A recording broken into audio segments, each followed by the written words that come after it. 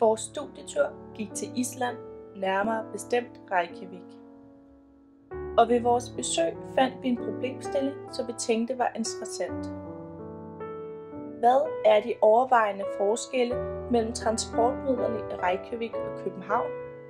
Og hvad er mon årsagen til disse forskelle?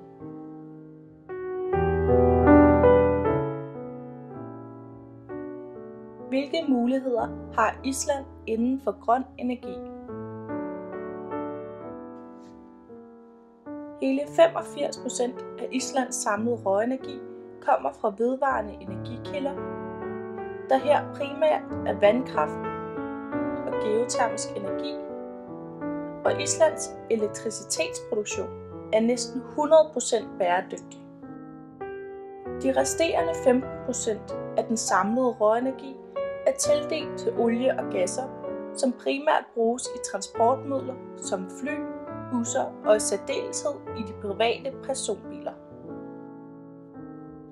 Efterhånden som vi var ude at besøge flere af de omtalte energikraftværker, og dermed blev mere bevidste om Islands exceptionelle bæredygtige energipotentiale, begyndte vi at undre os en del. For hvordan kunne det være, at hvor end vi kiggede rundt i Reykjavik, så vi en massiv hob af biler, kun meget få busser og slet ingen cyklister.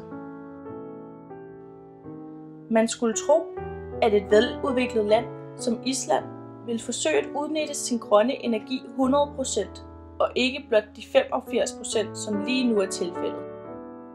Men i stedet for at staten måske hellere kunne indføre stabile offentlige transportmuligheder i form af at oprette et togsystem og indsætte flere busser, som meget vel kunne være drevet på el,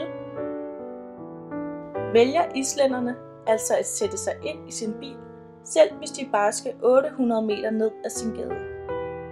Hvorfor kører islænderne så meget i bil?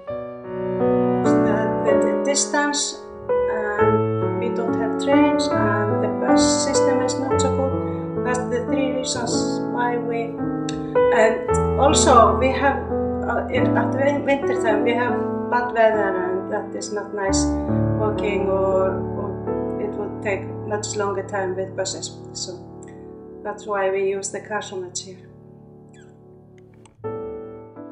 Island ligger på 4. pladsen over alle lande i hele verden, som har flest biler per 1000 indbyggere. De har nemlig hele 204.000 biler i alt, hvilket svarer til ca. 2/3 af den samlede befolkning.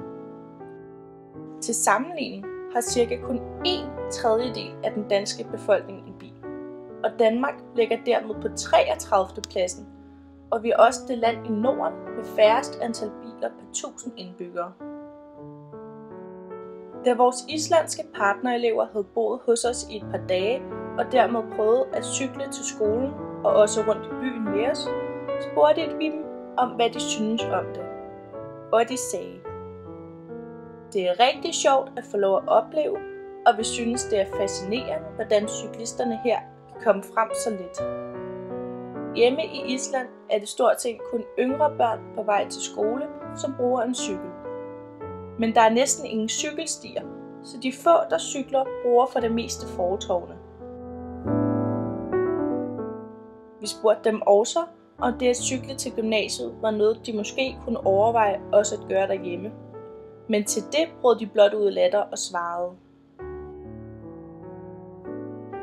"Ej, som sagt er det meget sjovt at prøve, men hvis vi har valget om at cykle 5 km i vind og kulde, eller at sidde inde i tørvejr i en varm bil, vil vi altid vælge bilen." Hvorfor kører danskerne så utrolig meget på cykel? I fuldstændig modsætning til Island er Danmark det land i verden, hvis indbyggere cykler mest. Faktisk ejer 9 ud af 10 en cykel, hvilket er 5 gange så mange danskere, som er ejer af en bil. Og især i de store byer, som København, Aarhus og Odense, vælger folk at tage cyklen til skole, arbejde, shoppingcentret osv. Det er forholdsvis let at cykle rundt i København. De fleste steder er der gjort mange ting for at lave et cykelvenligt miljø. med cykelstier og specielle trafiklys. Og faktum er, at 31% af alle ture på under 5 km bliver gjort på cykel, mens kun 9% bliver gjort i bil.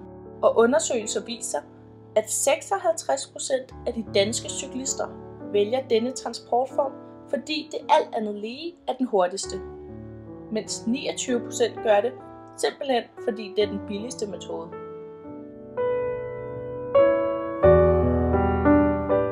I Reykjavik tager langt størstedelen altså bilen, mens i København er vores transport fordelt ud på den offentlige transport, biler og cykler.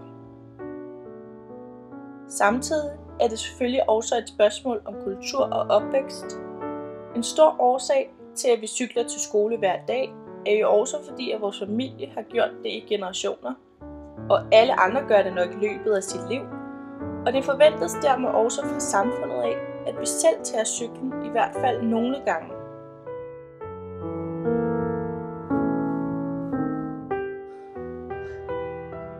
Mange lande ser Danmark som et forbillede inden for bæredygtig energi, i særdeleshed fordi vi er en såkaldt cykelnation.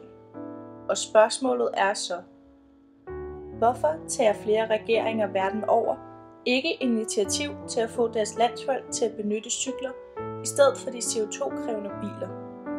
Er det mon fordi de ikke mener, at de har de nødvendige ressourcer til at omlægge vejene, således at de bliver cykelvenlige? Eller måske er det egentlig fordi, at vores måde at gøre tingene på ikke også vil være det bedste for andre?